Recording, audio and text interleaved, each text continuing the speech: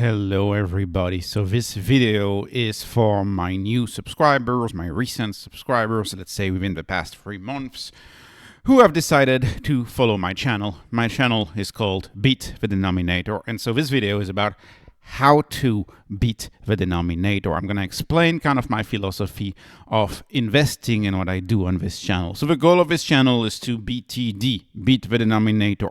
What's the denominator? Well, that's the dollar. Could be the euro if you live in Europe or whatever, but that's what you call everything you love, what you divide everything you love by, right? If you make $5,000 a month, that's your labor, that's your time. It's denominated in dollar. You make $5,000 a month for your time. If you go buy, I don't know, a steak, and it's an $80 steak or a $60 steak, that's the dollars. The dollars divide the steak. You denominate the value. You talk about the value in the currency, in dollars. And so this is something that most, I'm going to use the term normies, kind of getting a Twitter vibe here. Most normies don't see that. They don't think in dollars. They don't think everything we love divided by a pie of dollars that is ever growing. We denominate everything we do, our labor, our cost of living, we denominate everything in dollar. But the dollars have no fixed supply. That's why they inflate. The money supply inflates. And we are ignoring dilution because of that inflation of money supply. And we're doing it wrong. We should not be talking about dollars. We should not say we make, I don't know, one should not say they make $5,000 a month. One should say they make 5,000 of $50 trillion a month.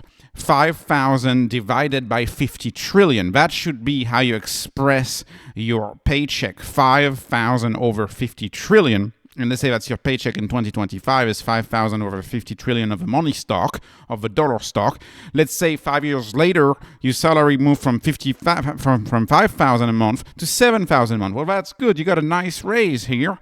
But wait a minute. The money supplies increased from 50 trillion to 150 trillion by 2030. So actually, your salary is now 7,000 divided by 150 trillion money stock, and so you actually lost a whole bunch of money. Your salary did not catch up with the increase in money supply. And that's the key, that's the problem. We measure the money supply as something we call dollars, but dollars are not the same. A dollar today is not the same as a dollar in the past, and you have an enormous loss because they just print more dollars. And so even if you wanted to denominate things in fractions, even if you wanted to use a fraction to talk about the value, to talk about everything we love in life, economic value, if you wanted to use a fraction, you could not use a fraction. Why could you not use a fraction? Because we have no idea how many dollars are out there. That's why this channel is called Beat the Denominators. We have no idea. These are just estimates. My estimate of this channel is dollars out there, they grow by 15% a year. My estimate is that the number of dollars in the system, if you include M2 plus the foreign held dollars, euro dollars has nothing to do with Europe, it's foreign held dollars plus M2, my estimate, best I can find, is between 50 and 60 trillion. But nobody really knows. When people point out the M2 money stock at the Fed, a key distinction is that this is within the U.S. financial system, right? This is billions of dollars, and so we're at about almost 22 trillion of dollars within the U.S. financial system. But the dollar is bigger abroad, and we have no idea how many dollars are abroad, and they make their way back to the U.S. through trade, of course. And of course, there's also money stock in other currencies. And so sometimes people try to do estimates and they venture out. For example, if you do the global M2 money stock, you can see it seems like the recent estimates talk about 110 trillion of all currency altogether. What's more important is the problem is that we don't know the fraction, and that fraction is ever growing. The number of dollars is ever growing. And why does that happen? Well, that happens because People just stopped repaying old debt. A country never wants to repay old debt. There's always an emergency, so you're never repaying the old debt. A household never wants to repay the old debt. You always refinance the credit card, refinance the student loans, refinance the medical debt, refinance the mortgage. And a company doesn't want to ever repay the debt because you can refinance it, and so you roll over the debt. You always roll it over forward because people have implicitly caught on to that. They may not be able to describe it, but they've implicitly caught on that it's better to borrow the money. So money is always created. The pie always grows, but money is rarely destroyed. Nobody wants a deleveraging of the economy. That's what Ray Dalio talks about. Nobody wants 30-40% unemployment, everybody losing everything, 1930s, 1929 on steroid, but like absolute steroid, and for 30 years. Nobody wants that to save the dollar, and therefore there is no alternative, right? Tina, money up is the only way, and that's why we're trying to beat that. And that's what I do on this channel. I'm trying to beat the money growth, and I anticipate a day, maybe 5 years from now, where the number to beat will not be 15% a year. The number to beat will be 20% a year, just to stay afloat. And so for this system to work, of course, you still have to have a bunch of quote unquote normies, as I would call them, who still think in dollars and say, oh yeah, my salary went up, I now make more money. They still think in dollars, denominate everything in dollars. And hopefully there's no such thing as, say, the internet, which has flat information, which has perfect information, which is the great equalizer where everybody can do research on their own and think for themselves. And hopefully people don't discover that, for example, there could be another money with a fixed cap of 21 million called Bitcoin. Hopefully that doesn't happen. Hopefully people don't discover that. And trust me, when I see some of the comments I get on my Microstrategy video, we still have time. You still have a bunch of people. The majority of people still don't get it, and so opting in for Bitcoin is one way to beat that, and that's the simple way to beat that. It always sounds odd to say, but I would argue, no financial advice, just my opinion, that is the lowest risk way to beat that, because it's not an enterprise. You're buying a commodity, you're buying a fixed commodity, you're buying the only fixed commodity in the world, Bitcoin. You're buying the only commodity where if price increases, you can't find more of, right? If the price of gold increases, people open up gold mines and they find more gold. And if gold were to go to, say, 50,000 an ounce, you'd have some savvy entrepreneur wanting to go on an asteroid and mine some gold. That's the problem with commodities. You don't have that problem with Bitcoin because Bitcoin is capped by code. Every 10 minutes, it's always one block, 3.15 Bitcoin that get issued every 10 minutes, and you can't change that. And the difficulty just makes the miners make less money. That's it. You can't create more of it. So hopefully not too many people opt out for that too soon. Otherwise, there's going to be major disruption in the system. But it looks like the internet is accelerating things, and more people are finding out about Bitcoin. And of course, there's also a way to beat the denominator, which is what I've spent a lot of time focusing on this channel, is to simply find equities, stock that grow their revenues faster than the money supply. You remain a fiat derivative. You decide to remain a derivative of the US dollar, right? You're denominated in the US dollar, your revenues are in US dollar, your employees are paid in the US dollar. You decide to remain a derivative of the US dollar, but you grow your revenues, you take in more dollars faster than more dollars are printed by governments. And you can only do that, in my view, with hyper growth, highly disruptive companies, right? Real estate investment, that's out. There's no way you can do that. That bonds are out. There's no way you can do that. Old world companies that have been around for decades that are growing 3%, they're out. In my view, there's no way you can do that with most of the blue chip companies. You can't outpace the 15%. If you want to buy an equity and it's not growing revenues by 15% per year over the long run, then it's not working. And we're seeing the best hybrid today coming up with Microstrategy, which is a company that not only does its business in the fiat world, earns money in fiat, gets better every year, and then stacks Bitcoin. Now, Microstrategy, granted, as mostly a Bitcoin strategy, but many of the companies that have followed the playbook, like Similar Scientific, for example, they're a medical device company. They're trying to be the best with their medical device, and then their profits, they put it into Bitcoin. They don't put it into acquisitions. They don't put it into buybacks. They just put it into Bitcoin and stack Bitcoin. And so this hybrid is kind of an equity built on Bitcoin. And equity built on Bitcoin is likely the future of outperformance, in my view, and we're going to see more and more Bitcoin treasuries. I think a lot of companies will enable Bitcoin treasuries because Bitcoin is a commodity. Bitcoin is not a stock. Bitcoin is not the USD. It's not a currency. It's a commodity, and companies are allowed to stack commodities and build on commodities. So how do you beat the denominator? The goal is 15% a year bare minimum. Well, of course, we're not going to start by even mentioning bonds or real estate. My viewers know that there's no way you can outpace that with that. We're going to start with the usual smart advice, quote unquote usual, and it's usually YouTubers with millions of followers who talk about that. And that usual advice, and remember, I'm just entertainment. I'm just an entertainer. There's no financial advice ever on this channel, but they're entertainers too. So we're all entertainers. Anyways, the point is, the usual entertainment smart is, you should put all of your money in the S&P 500. Just buy an S&P 500 index fund. Well, does that beat the denominator? Well, the answer to that is no. As you can see, the S&P over the past 15 years has done 13.69%. My goal is 15%. The QQQ beats the denominator. Now, my view on the two main indices, the QQQ and the S&P, is that there's going to be more of a discrepancy. You can already see in this chart the discrepancy with a triple Q taking off and the SPY kind of lagging the QQQ. In my view, that is going to continue, because when I look at the S&P 500, this is a map of the S&P 500, I've tried to highlight everything that I see that could be disrupted.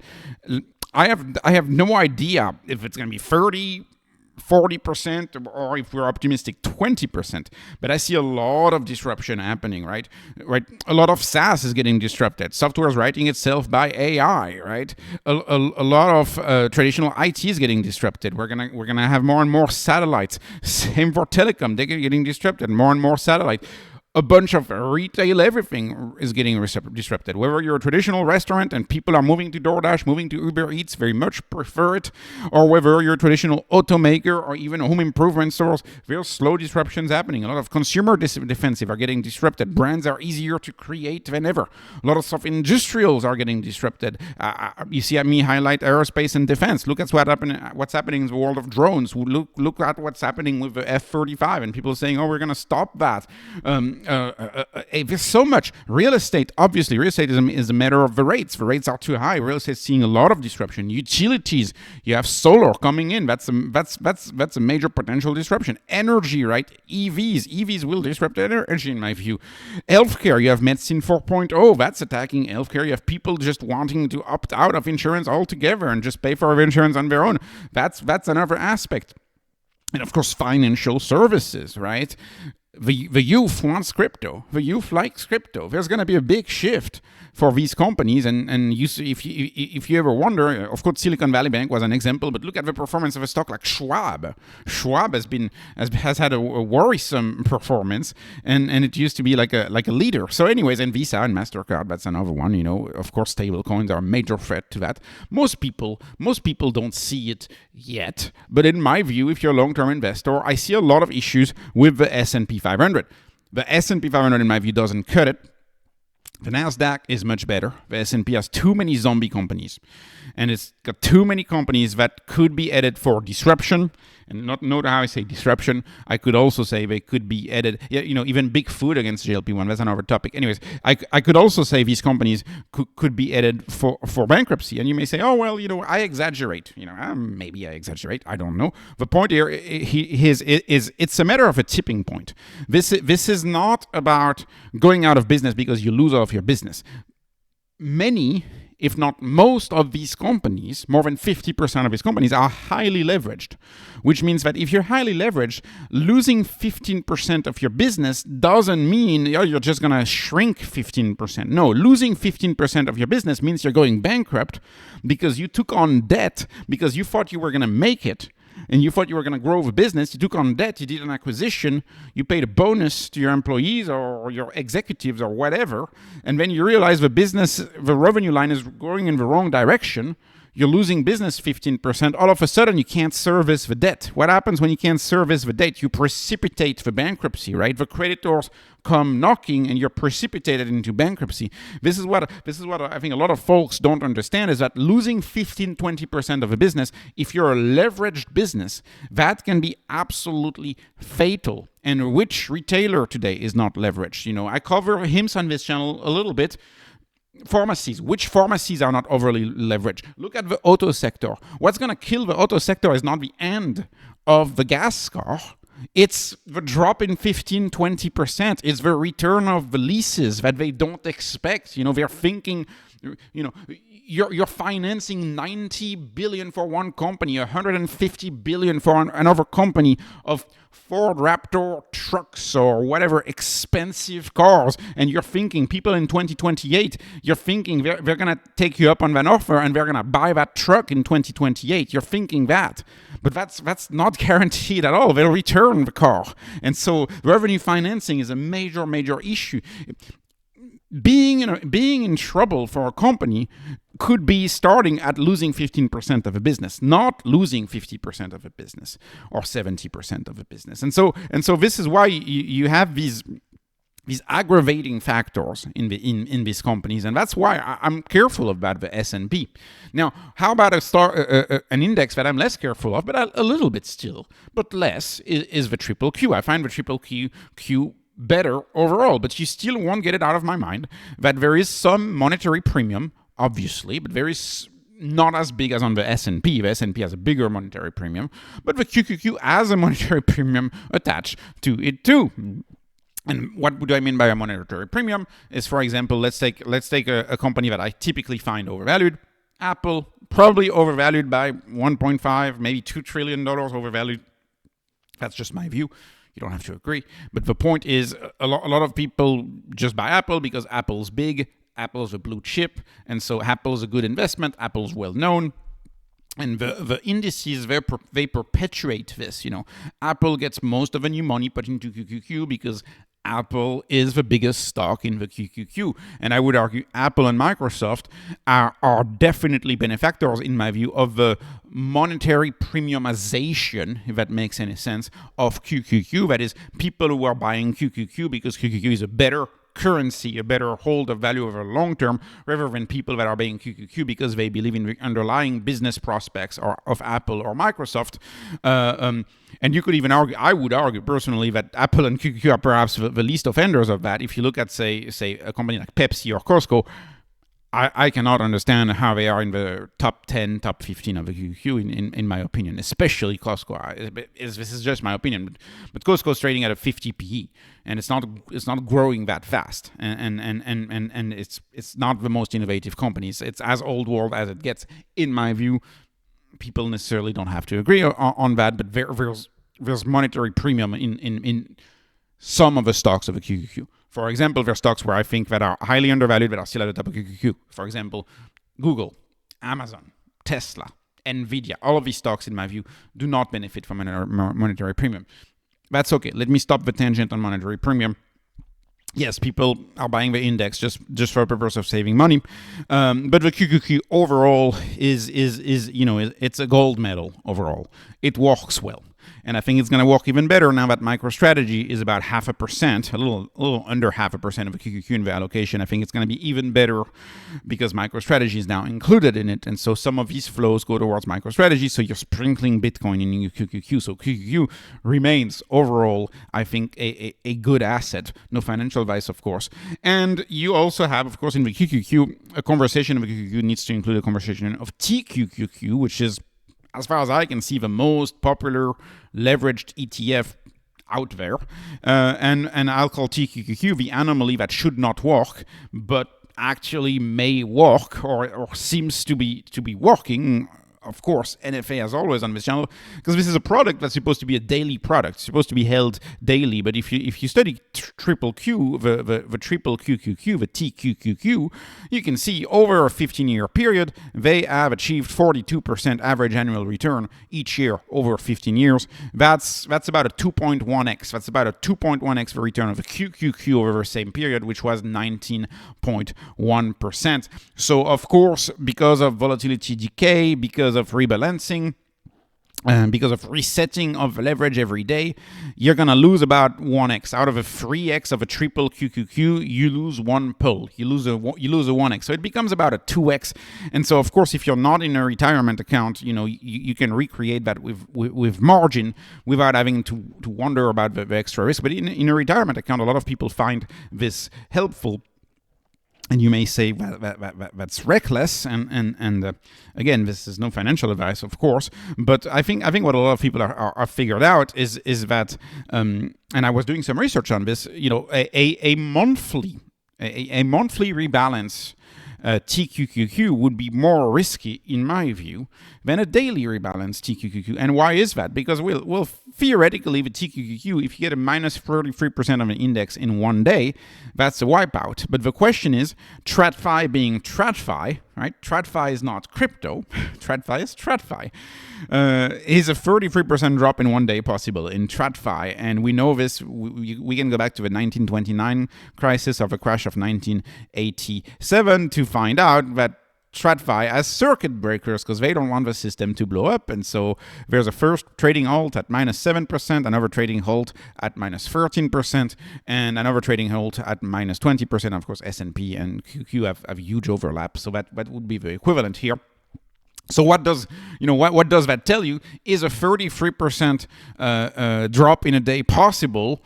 Well, unless they remove the circuit breakers, you got your answer there. There's free circuit breakers, and my guess is that if the stock were to drop, I don't think it would even need to get 20%. The circuit breakers would get triggered much earlier, and therefore the minus 33% in a day wipeout risk is likely pretty low in my no financial advice view. But that's what a lot of people have figured out. And of course, knowledge is flat. This is the internet. Knowledge is out there.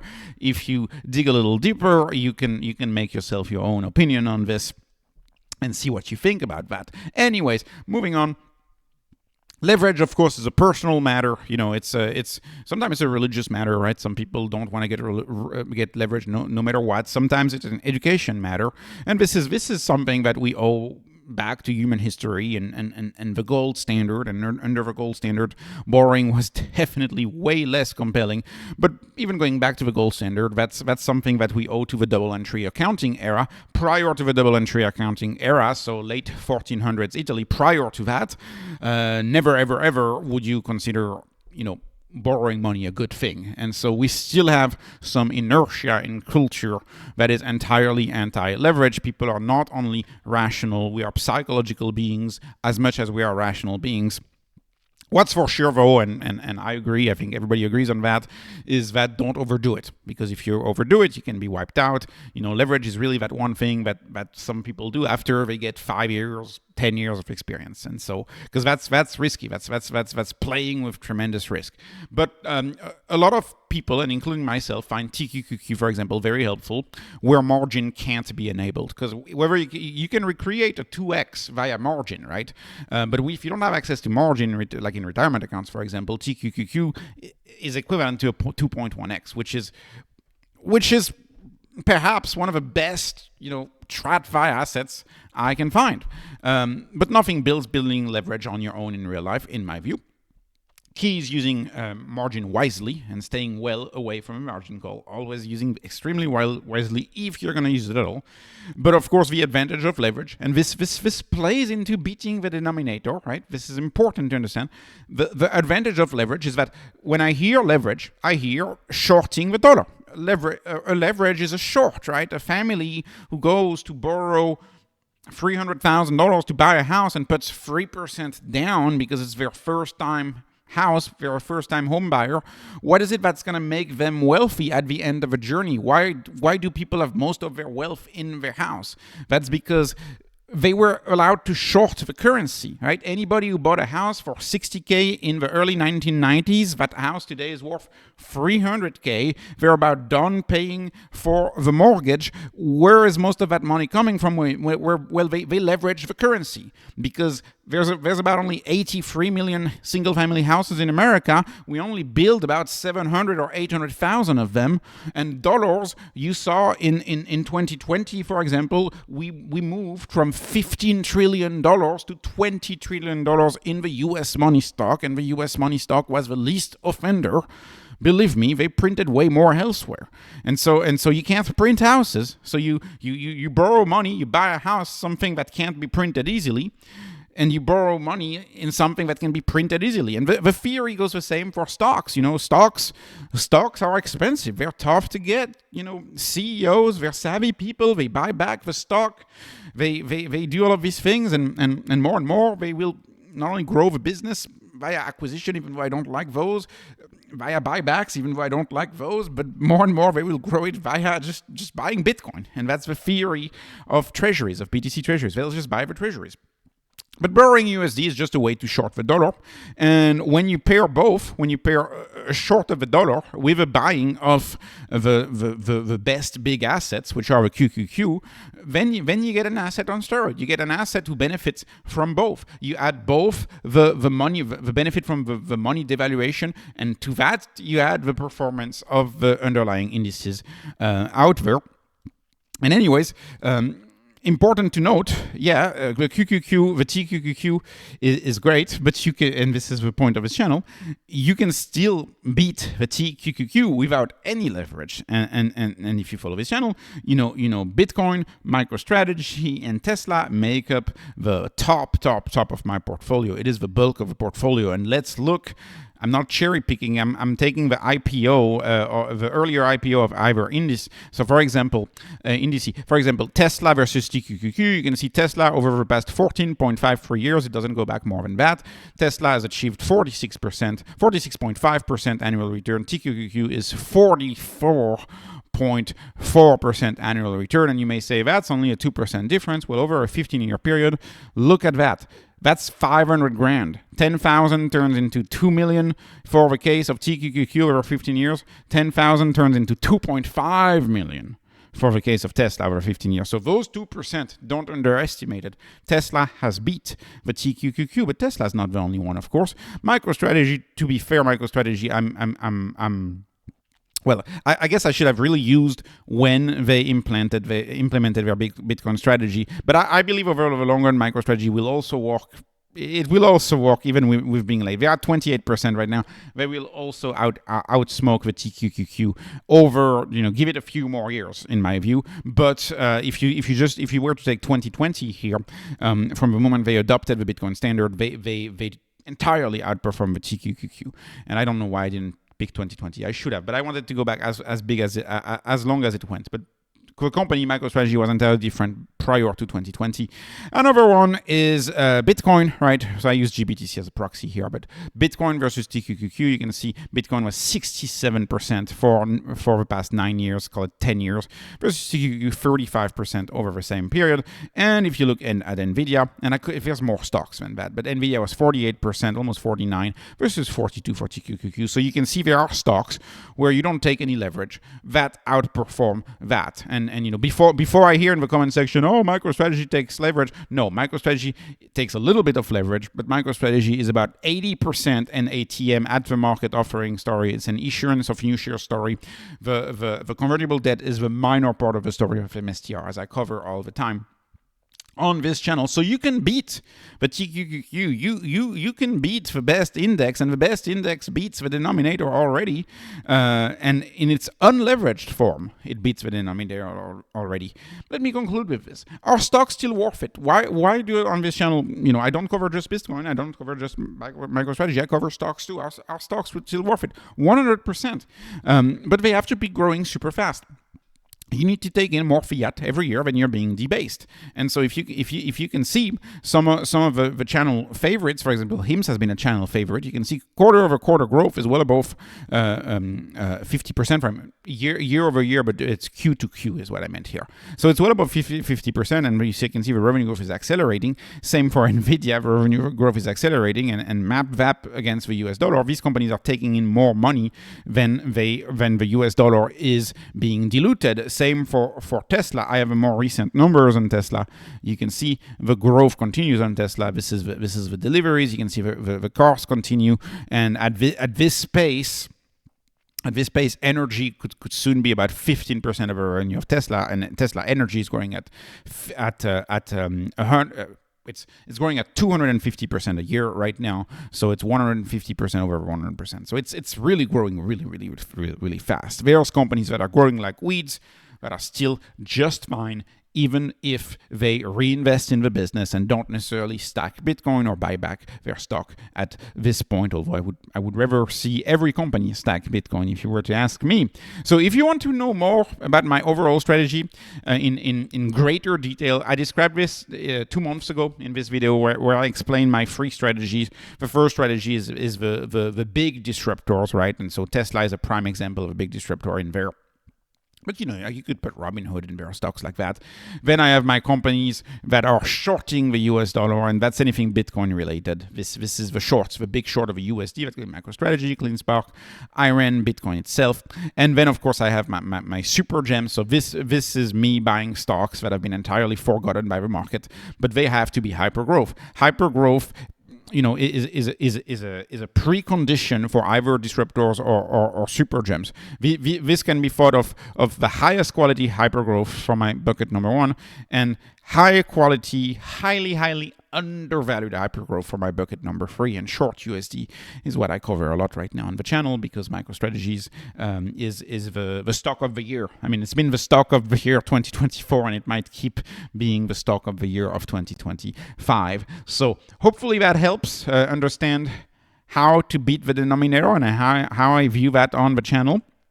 Of course, this is just entertainment, not financial advice, not investment advice. Please please subscribe, follow me on Patreon if you want more of what I do and see more of what I have to offer. Follow me on X. Thank you so much for watching, and have a wonderful day.